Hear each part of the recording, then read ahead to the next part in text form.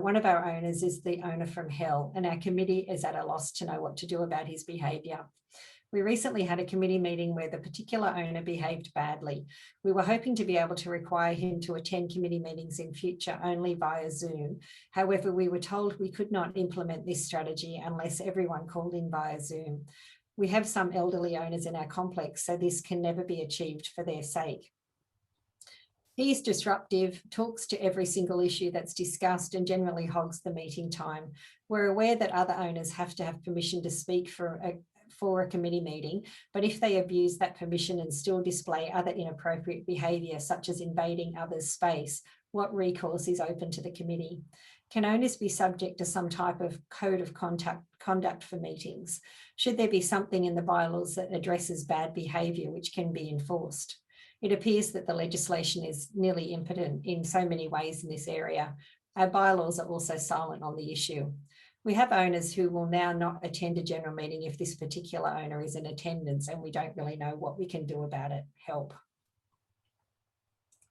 Yeah, tough situation. Lots of buildings deal with these very difficult individuals.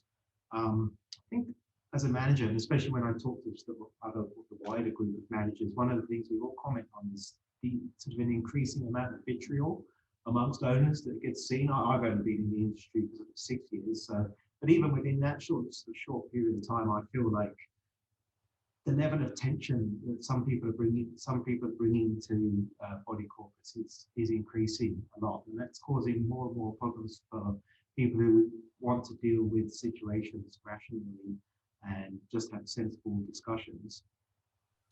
In this kind of situation, there are things that they can do. It seems like the owner isn't a committee member, so when they're attending a committee meeting, they're not really actually entitled to discuss every issue or anything like that.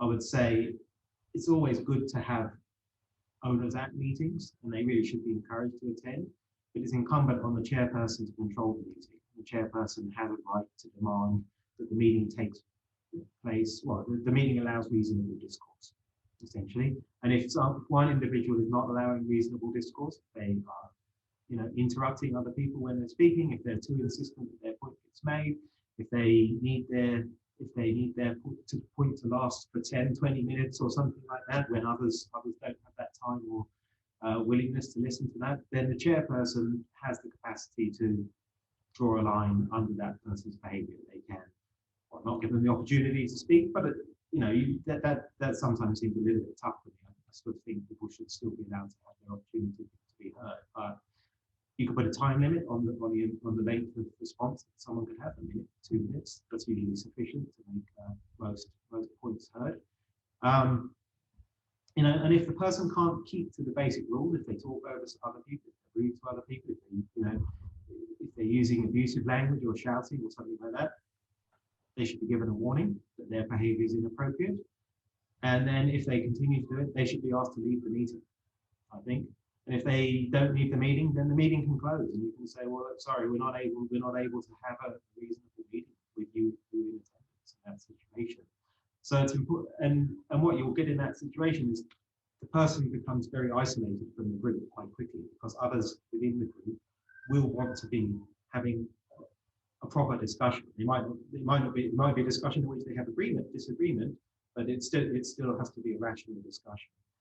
And if one person is preventing that behaviour needs to be isolated and marked out, and then ultimately stopped. And I would encourage the chair people out there to undertake that kind of action. And if you're a chairperson and you're not too sure how to do it, work with your body corporate manager. Discuss with them a strategy in advance of the meeting.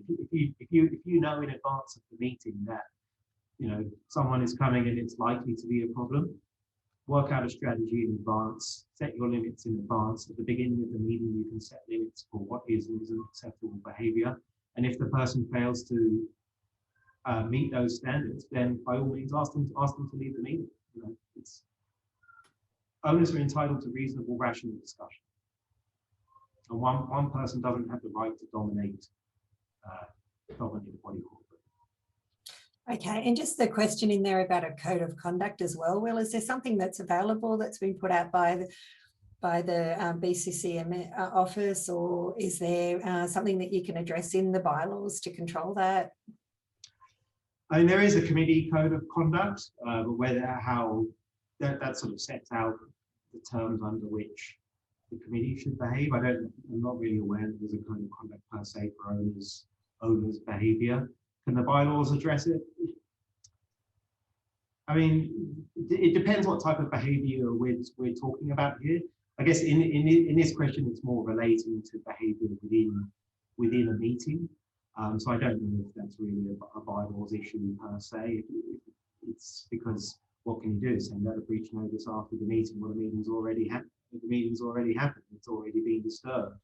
And even if you do put these type of bylaws, if you had some kind of bylaw in place, the person wouldn't necessarily respect it in a live situation.